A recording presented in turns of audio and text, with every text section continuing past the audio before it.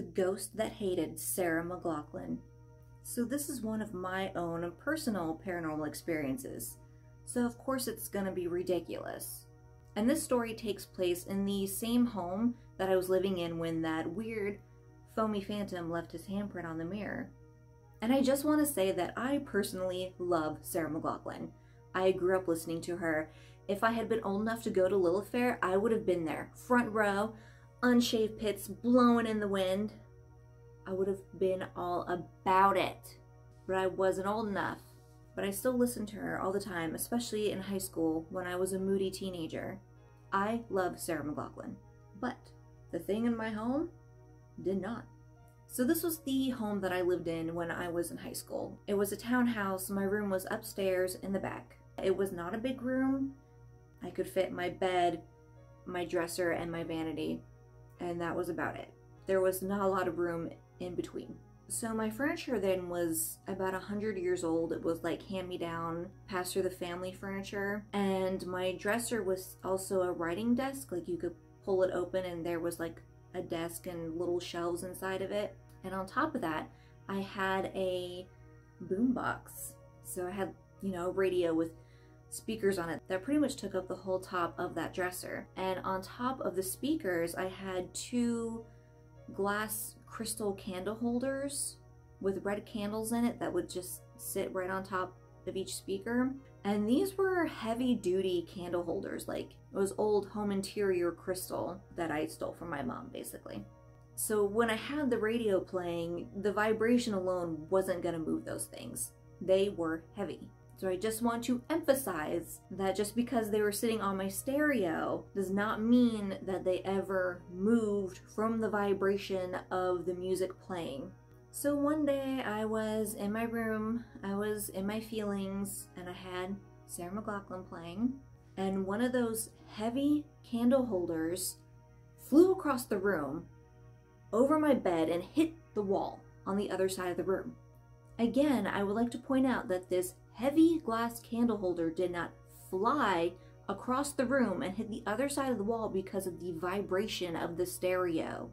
Now, I had already had weird experiences in this house and was almost a little numb to it at this point, so I just picked up the candle holder and placed it back on top of the speaker. It's like, okay, we're doing this today. So I go back to what I'm doing, turn my Sara McLachlan back on, and within a couple seconds, that candle holder flew across the room again. So I turn off the stereo and I don't know, something I was like, let me turn something else on. So I turned on some like 60s hippie music and let that play and nothing happened. Okay, so then I switched it back to the Sara McLachlan, and again, within a couple seconds of her singing, the candle holder flies across the room. Whatever was going on did not like the Sara McLachlan that I was playing. And more than likely, I was probably listening to her Fumbling Towards Ecstasy album because that one's my favorite. So whatever was going on, this spirit, whatever, did not like the songs I was listening to. Whatever. This is my room. And this should be the space where I can listen to what I want. Even if that is sad, depressing Sara McLachlan because I am 16 and in a mood.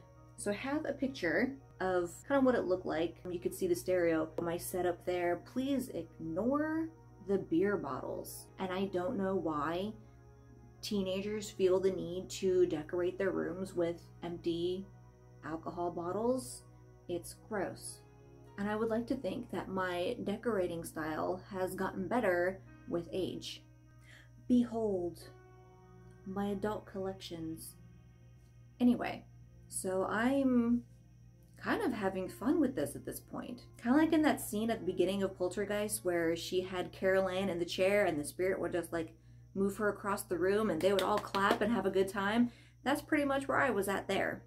So I call up my two besties at the time, we'll call them Erin and Amanda, and I am telling them about what is happening, and I was like, you guys need to come over here and see this. This is amazing. So they come over and they've seen weird stuff happen in this house. So they were kind of interested to see what I was talking about.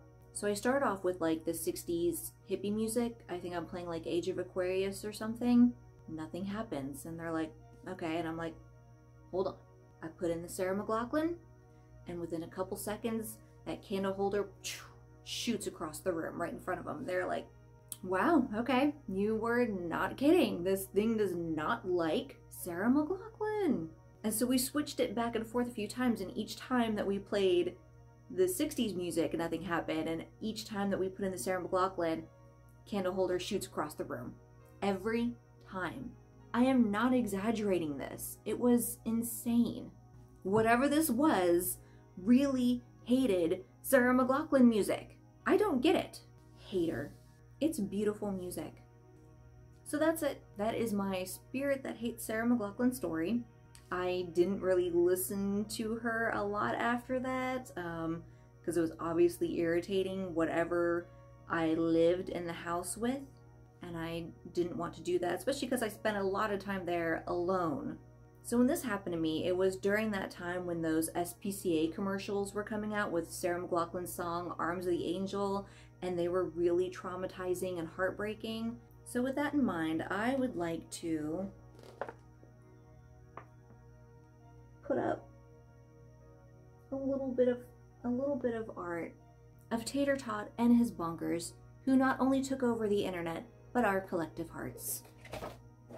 And although Tater Tot is no longer with us, you can buy that art and other such items off of the Redbubble page that this cat rescue put up in honor of Tater Tot. And all that money goes to helping the other kitties in the rescue. And I'll put a link up for that Redbubble page if you do find it in your heart to help the kitties. It's what Sara McLachlan would want. I think she'd be very proud of us. And just like our beloved Tater Tot, just remember to keep going out of spite. I'm gonna wet my whistle here.